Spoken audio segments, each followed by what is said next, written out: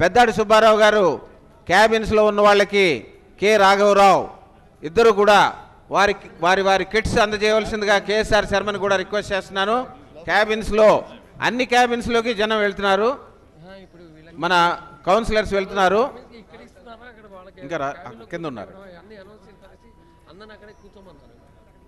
అక్కడ ఇచ్చేయండి మీరు ఇచ్చేయండి, అన్ని క్యాబిన్స్కి వెళ్ళివ్వండి మీరు. పెద్దాడి సుబ్బారావు గారిని కె రాఘవరావుని రిక్వెస్ట్ చేస్తున్నాను, క్యాబిన్స్కి మీరే కిట్స్ అందజేయవలసిందిగా కోరుతున్నాము. 27 ఆకెళ్ళ వ్యాఘ్రేశ్వరుడు గారు క్యాబిన్ నెంబర్ 27కి వెళ్ళండి.